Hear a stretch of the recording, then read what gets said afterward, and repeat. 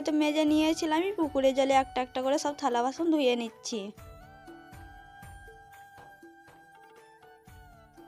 থালা বাসন তো ঘরে রেখে দিয়েছিলাম, আমি এইদিকে তো চলে এসেছিলাম ধামাতে করে সব বোতল গুছিয়ে জল ভরে নেব বলে বোতলে।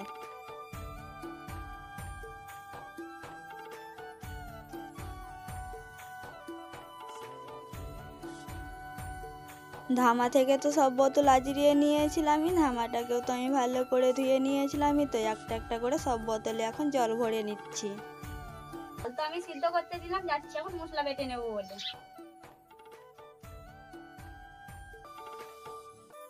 অর্ধেক তো আমার উঠোনটা ঝাঁট দেওয়া হয়ে গিয়েছে, আর অর্ধেক আছে ঝাঁট দিয়ে নিচ্ছি এখন আমি।